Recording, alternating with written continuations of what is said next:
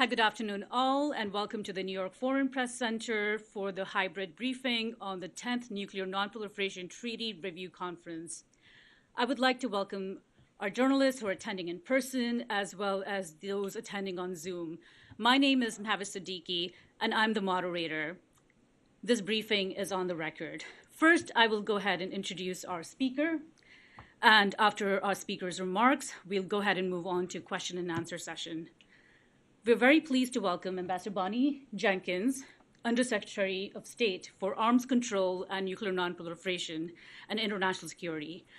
Ambassador Jenkins will discuss U.S. priorities for the Nuclear Nonproliferation Treaty Review Conference, highlighting the treaty's enduring role in reducing global dangers, whether by facilitating arms control, safeguarding peaceful nuclear activities, or deterring violations.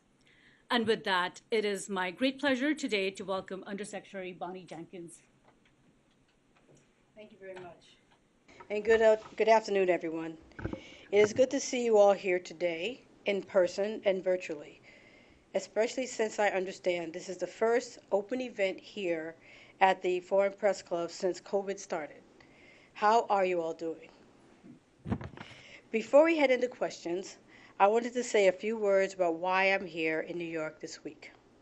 Today is the third day of the month-long NPT Review Conference, and I'm happy to say that we are off to a really good start.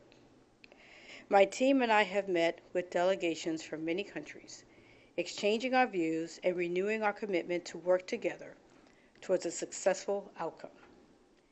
Many delegations have told us that President Biden and Secretary Blinken's remarks have been well received, and that it was great to see the United States leading again on these issues. If it wasn't clear before, it should be now. The United States is back, leading on arms control, nonproliferation, and disarmament, as is evident by the President's statement and the Secretary's and my presence here this week.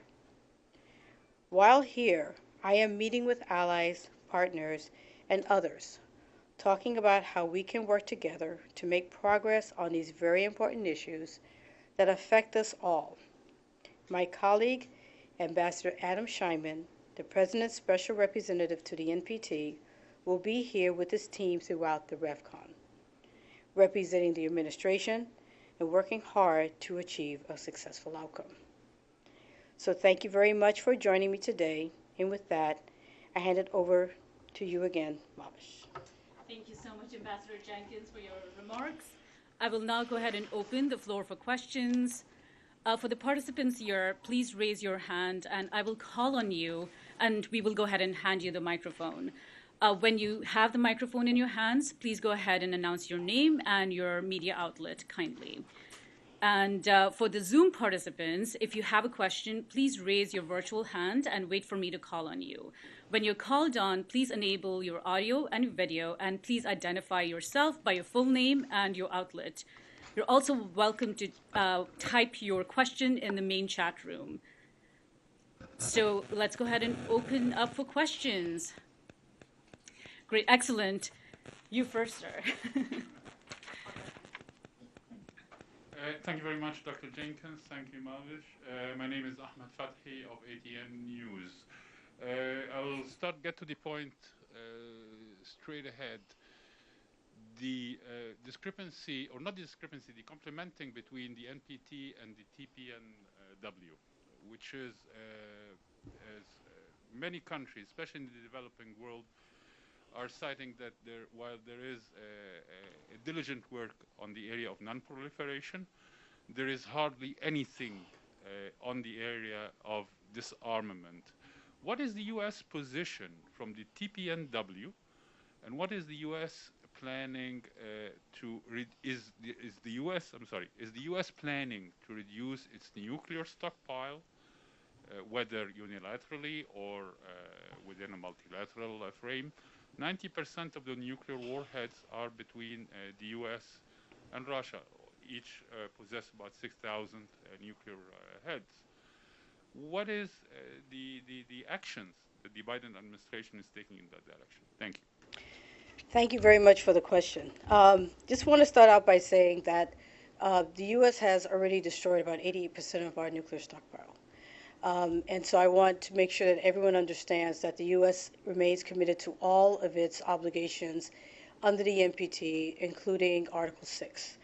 And so we have already, in the past, and working with Russia, destroying a lot of our nuclear stockpiles. So I just want to make sure that that's very clear.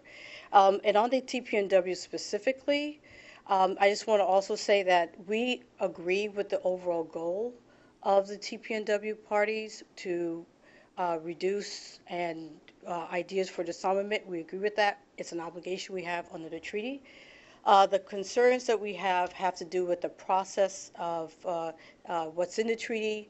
Some of our concerns about the fact that we have to look at the environment, the security environment that exists as we talk about disarmament. So we have been disarming, and we continue to be obligated to do so. We are living up to our obligation in the treaty.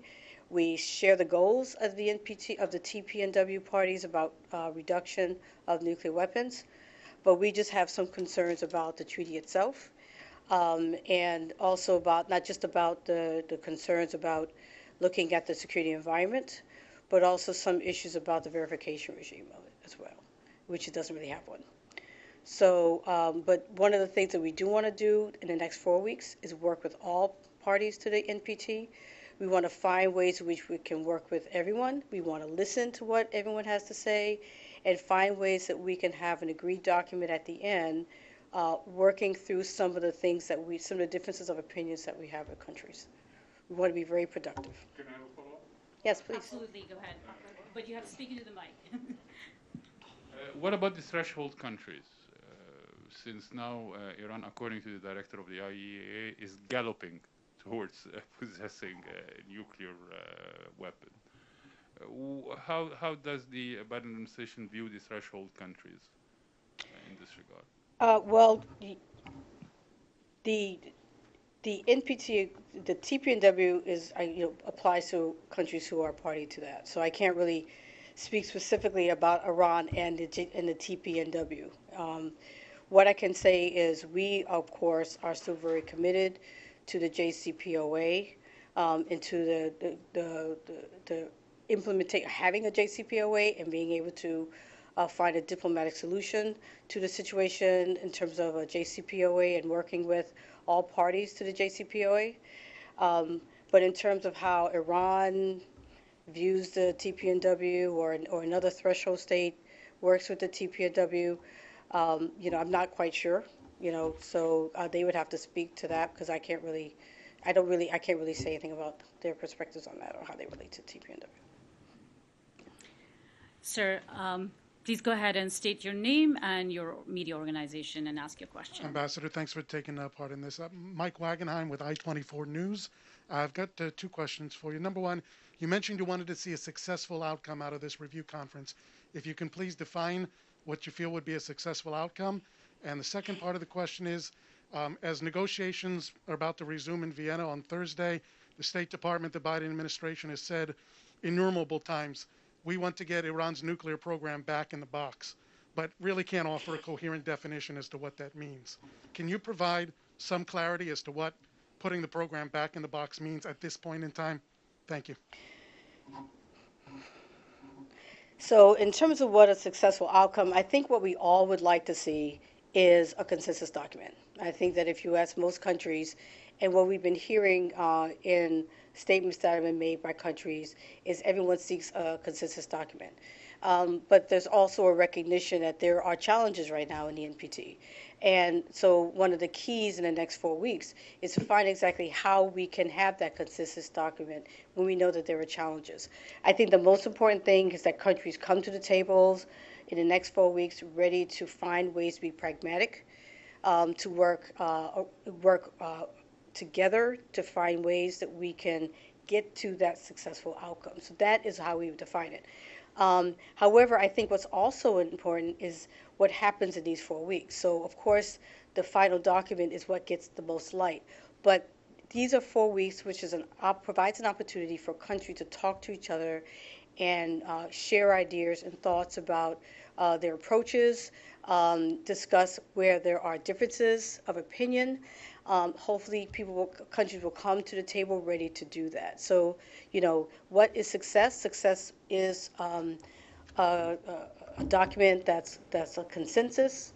However, we do want to find ways that we can work with countries in the next few weeks. There's joint statements that we can do, other joint documents. So I really see that these 4 weeks are a way to really celebrate, reaffirm the NPT 50 years anniversary. Look at the challenges, be honest about the challenges, be upfront about the challenges, and then find a way that we can work together to see how we go to the next 50 years. As for what back in the box means, I would defer to others like Rob Malley and others who are working on the issue exactly what that means. I understand the question and watching and seeing what's happening in terms of the enrichment, but how we specifically define it, I would prefer to defer to others on that. Thanks. Thanks. Now I'm going to go ahead and turn to our Zoom audience. Alex Rafaulu, why don't you go ahead and unmute yourself, state your full name and your media organization, please, before asking the question.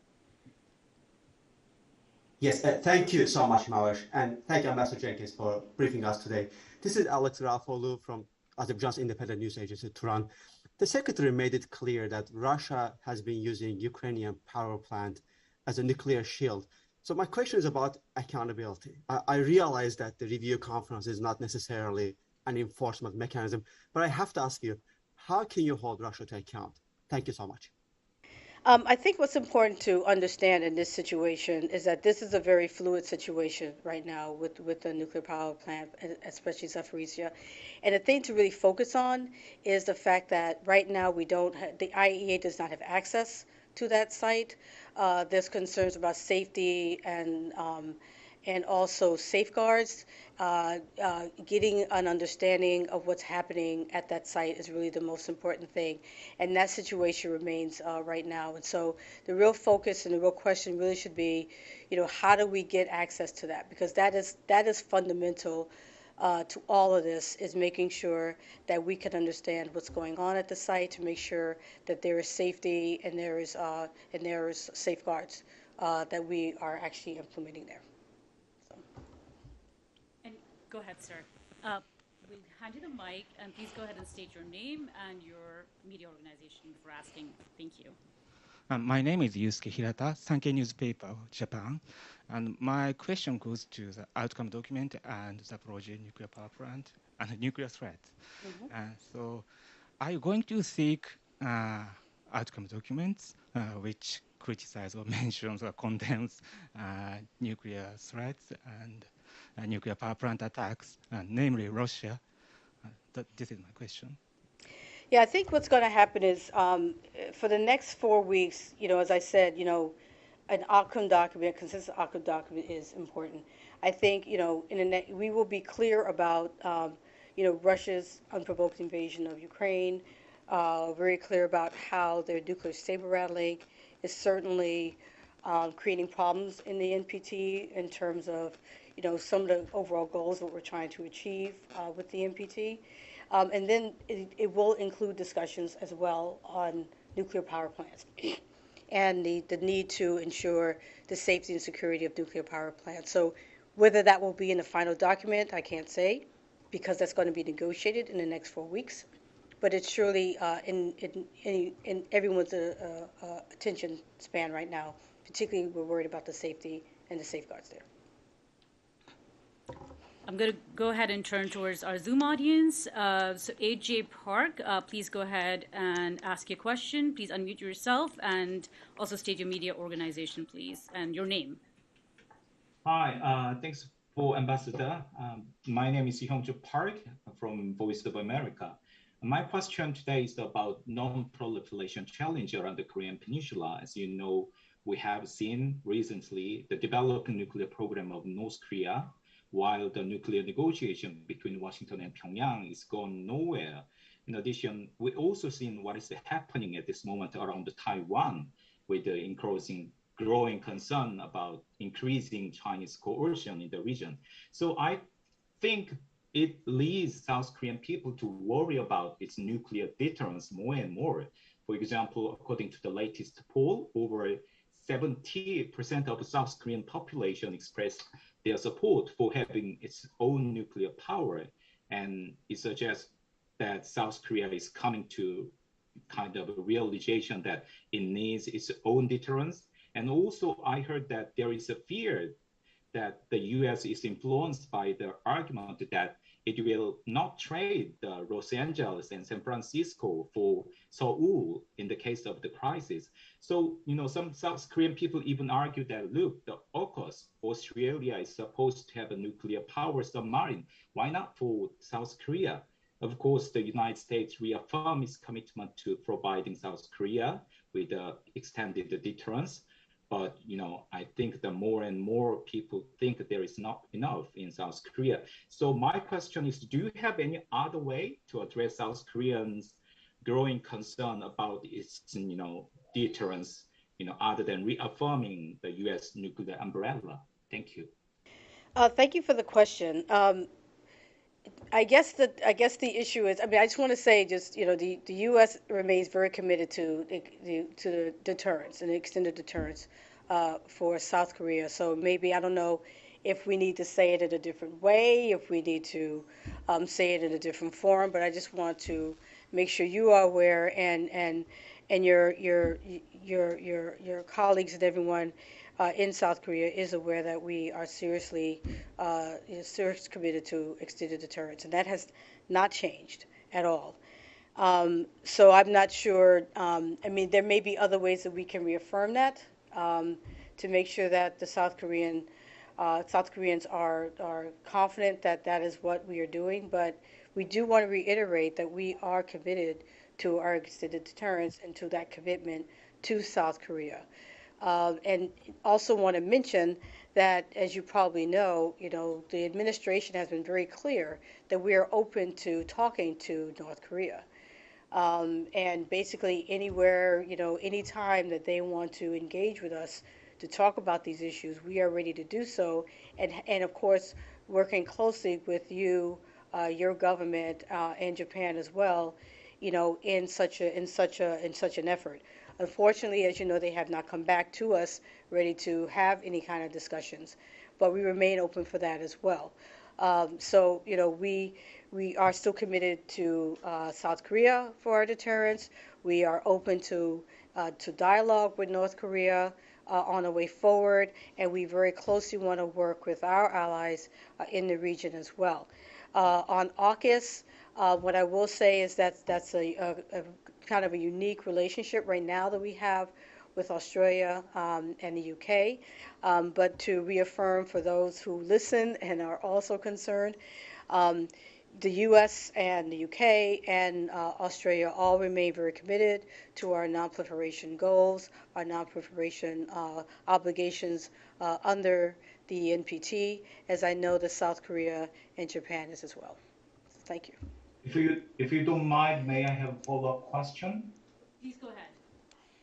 Yeah. So if so, what is the Biden administration stance on that?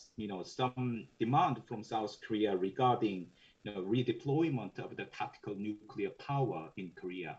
I believe there was also discussion from also some sort of demand regarding this from the Japanese people. So what is the Biden administration stance on that?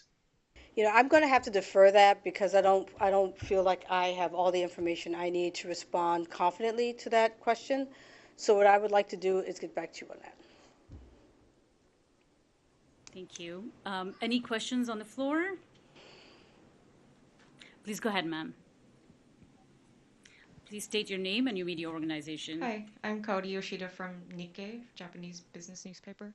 I wanted to ask, you mentioned briefly about the outcome document, but what specifically would you like to see in this outcome document? And also, previously, when we thought that this meeting was going to be held in January, the P5 had issued a joint statement.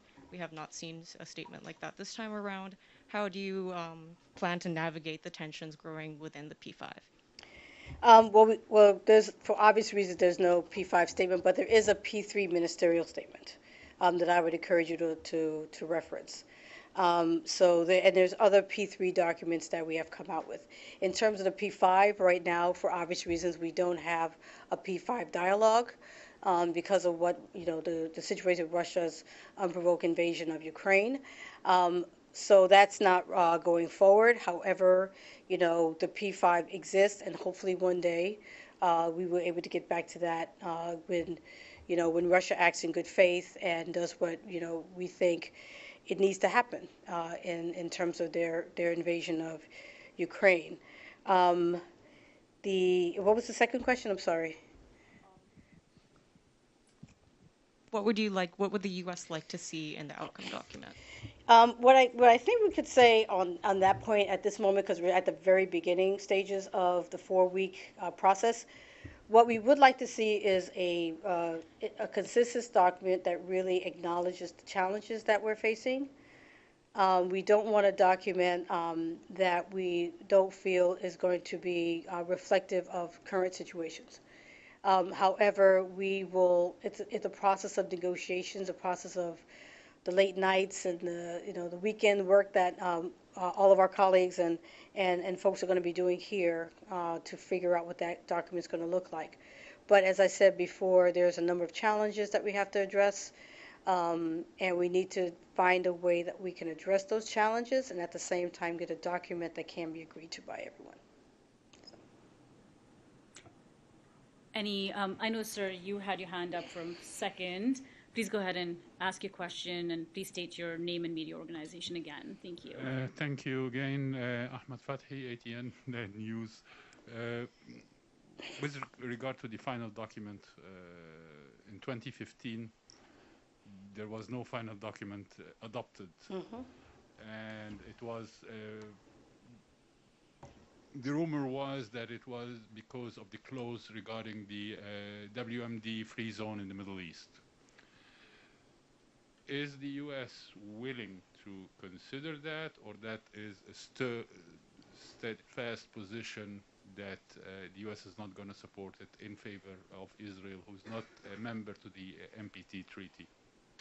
Well, I don't want to get in front of what might end up in a final document, but what I will say is that we have been working with countries in the region in terms of we know of the interest and the concern and desire for a Middle East weapons-free zone. And we basically, our position is we want countries in the region to be able to talk to each other and find a way that everyone can be involved in those conversations. And so we have asked that that process move forward in that direction. We certainly hope that it is not an issue that will be a divisive one, that will create a situation where we will not have a consensus document. I mean, that among a number of other issues, as I mentioned.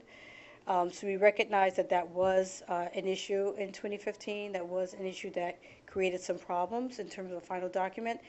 And that's why we need to work from day one, or now day 3, on language for the final document so that we can make sure that we address these challenges. And that's one of them that I've been talking about, the challenges that exist. That we could address those challenges. And of course, TPNW is another one that you raised, and we got to figure out how we address that as well. Great. I'm going to go ahead and turn over to our Zoom audience. Hi, John Seo. Could you please go ahead and unmute yourself? Please state your full name and your media organization before asking a question. Thank you. Hi, my name is Hejun Seo. I'm from Radio Free Asia. I have a quick question about North Korea. You have tweeted recently that you met with ROK Deputy Foreign Minister Ham Sang-wook and said that PSMX is providing tangible results in combating DPRK sanctions evasion. But could you provide further explanation on this? Because North Korea has been constantly violating the sanctions and still managed to develop their nuclear weapons.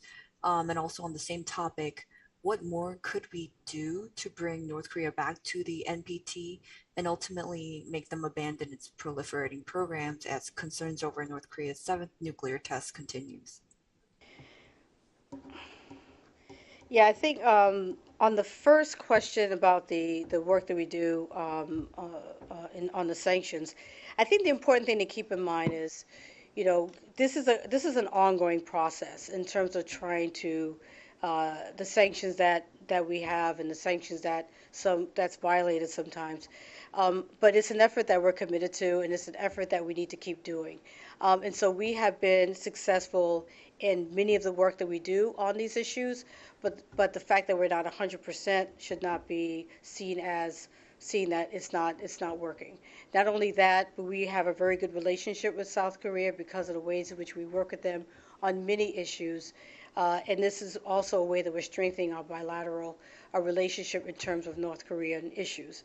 So I think that there's many factors that happen because of this relationship that we have, and in many ways in which we're working with them on many different facets. In terms of bringing DPRK back into the NPT, like I said, at this point, they won't even have a conversation. So I think before we can do that, we have to at least have a conversation with them. If they don't want to come back on their own, and we're not able to really have a conversation with them on these issues, it does limit our abilities.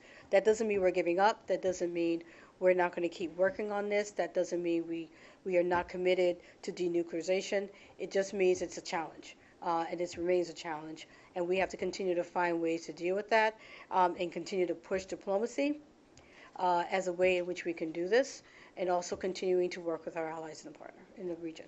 So. Any questions on the floor? Great, I'll turn back to our Zoom audience. Fez Paracha, could you please unmute yourself, state your full name and your media organization before asking your question? Thank you. Thank you, Mawish. This is Fez Paracha. I'm representing Pro-Pakistani, and it's the largest online publishing organization in Pakistan. So, Ambassador Jenkins, thank you very much. I understand it's been 50 years of non-proliferation treaty, and only 5 countries are members. What are the chances of Pakistan and India joining NPT, or are they being urged to join this treaty? 50 years, we have over 180 countries who are party to it. We have 5 countries that are considered nuclear weapon states because they were nuclear weapons possessor states at the time the treaty was negotiated in the 70s. In terms of, we have a lot of exchanges with Pakistan and India in many respects on many issues. And so while it would be great to see them a part of the treaty, of course, this is a decision that they have to make in their sovereign capacity. But we continue to work with them on many issues and have discussions and dialogue on many things, including on nuclear issues. So this is a decision that they have to make, and of course we continue to espouse the value of the NPT, the importance of the NPT to the nuclear non-proliferation regime, and we talk about our commitment to it and our, all the obligations within the treaty. But ultimately, it's a decision that they will have to make, and we can just, continue to inform them about all the values of being a party to the NPT. Right, thank you. Thank you. Melissa, could you hand the mic to the gentleman on the extreme right? Yeah, so please go ahead and state your name, sir, and your media organization, and then ask your question. Sure. Thank you. Again, it's Mike Wagenheim with I-24 News. You mentioned a hopeful regional approach, utilizing your allies and diplomacies to pull North Korea back into a conversation. The U.S. has not yet re-engaged with Syria, another problematic nuclear country, but regional allies are starting to re-engage with Syria again. Is there possibly a similar approach in that avenue? I'm not sure what the thinking is on that particular issue. What I will say is it's an issue that is on our minds. That is one of the things we have to talk about and think about the next 4 weeks in terms of the language and what shows up regarding the NPT final document. But we are engaging, of course, many countries in the region, and whether we take that approach, we'll have to wait and see. So. Great. I'm going to go ahead and turn to our Zoom audience again. Amiya Tanaka, could you please unmute yourself, state your name and your media organization, and ask the question, please.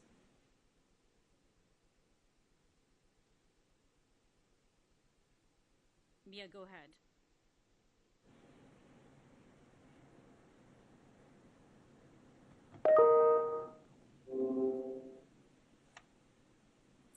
think there's probably a microphone issue with Mia. Any other questions on the floor?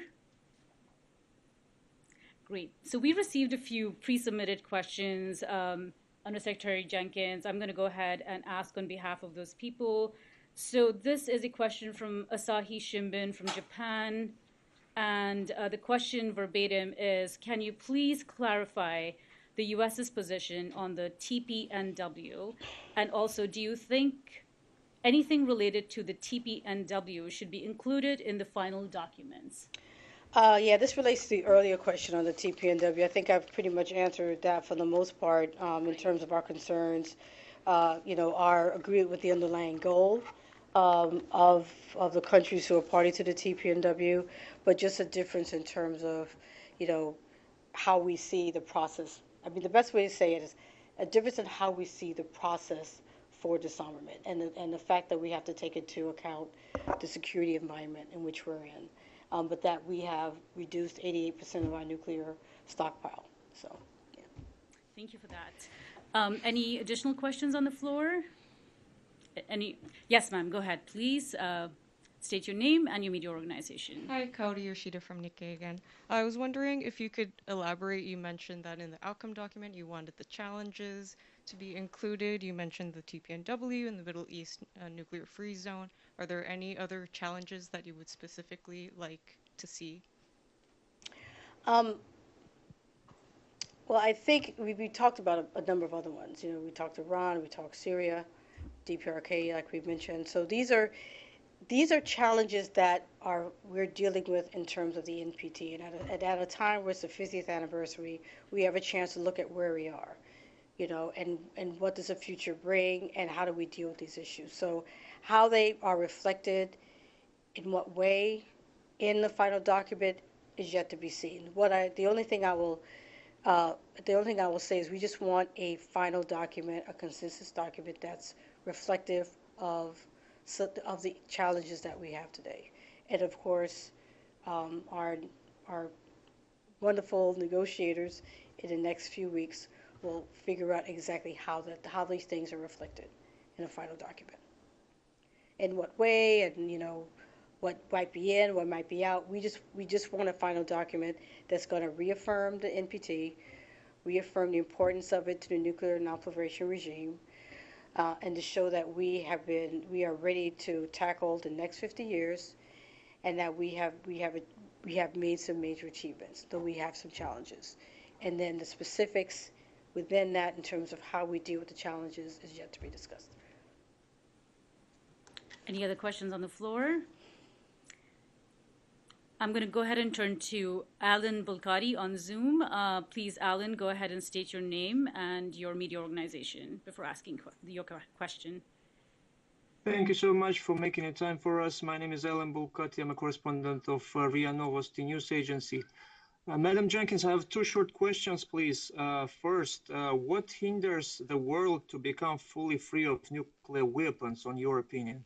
And the second, please, following up on the statement by President Biden, when the U.S. will resume the strategic dialogue with Russia to discuss the successor agreement for New START treaty? Thank you. Okay, so what's hindering us from becoming world free of nuclear weapons? As I said, we are making progress toward that. The two largest nuclear weapon possessor states have been reducing their nuclear stockpiles. This is a process that we've been doing for several years.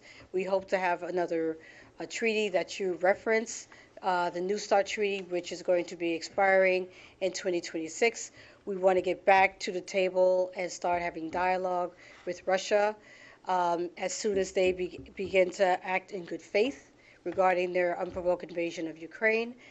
We don't have a specific time when that's going to happen, but that's the parameter in which we're looking at this point, so we don't have anything more on that point. But like I said, as I said about the TPNW, what holds us back is, we have the desire, we have the vision, but we have to also deal with the security environment in which we're living in. And we also have to look at the fact that we don't want, there's other countries that are actually developing more weapons. So we are in a position now where there's a desire, I know in the U.S. part and others parts, to get to that goal of a world free without nuclear weapons, but it has to take into account the security environments in which we're in. And we have to keep working on it in that process and keep our eye on the ball, but recognize that we have to take into account current situations. Thank you, Ambassador Jenkins. Pearl Matibe, go ahead and please unmute yourself and ask your question. Please also state your media organization. Thank you. Thank you very much and good afternoon, Ambassador Jenkins. It's a pleasure to speak to you again.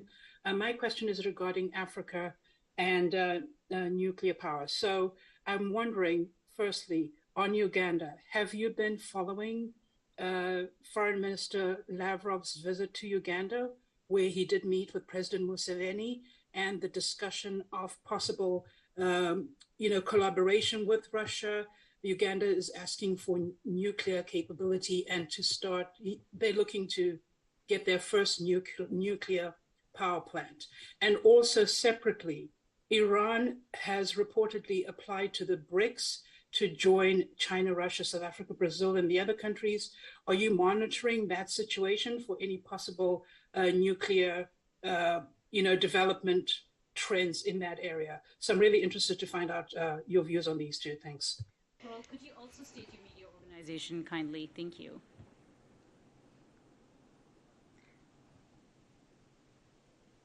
She's with 98.7 South Africa. Okay, Yeah. right. Thank you for the question. We are following, Russia's discussions about nuclear power around the world and in Africa. Been following also China's interest in promoting nuclear power. The one thing I will say about that is, we always have had a little concern about some of this work, because one of the things that we have been promoting strongly in the U.S. is that nuclear power be non-proliferation, abide by non-proliferation principles, safety and security. And we've had concerns about countries that not with countries, but with some of the work in nuclear power that Russia and China has been engaging in, and so we've had concerns about that for a while, and so it is concerning to us when we are hearing about Russia and China engaging countries on nuclear power issues, because we also want to make sure that what's being done is going to be focusing and be non-proliferation as paramount, and also safety and security. So just short, I'll say we are following it. Of course, these are decisions that countries make on their own as sovereign countries about who they want to engage with. But like I said, we are following it, and we also are looking to engage countries as well on some of the things that we're interested in. So I think I'll just leave it at that. Great, thank you. Any additional questions on the floor? Great. So there is one more question that was pre-submitted by a journalist from Iran International. Her name is Samira Garai. And essentially it is, are there any concerns at the moment about any violation of the NPT committed by Iran? If yes, will USA take the matter to its hand or will trust IAEA to resolve the issue? I think I'll just on this point, I'll just say, we have expressed concerns about Iran. That's in our compliance report. So we have had concerns about Iran and NPT obligations. The IAEA, as you know, performs a job of safety, security, safeguards. They had a very important role in the JCPOA in terms of being able to be on the ground, to be able to do inspections, actually more intrusive inspections than they've had in any other country.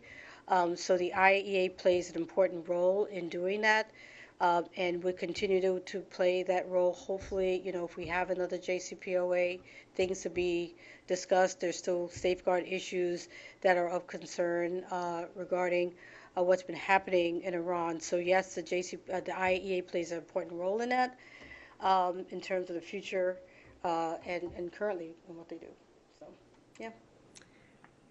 Well, if there are no other questions on the floor or on Zoom, I'm going to go ahead and conclude this meeting, this briefing rather. Thank you so much, everyone. On behalf of the New York Foreign Press Center, I'd like to thank Undersecretary Bonnie Jenkins for being with us. Really appreciate you enlightening us. Today's briefing was on the record. I will share a transcript with everyone who is participating today, and it will also be posted on our website, fpc.state.gov. Thank you all, and have a wonderful day. Thank you, everyone.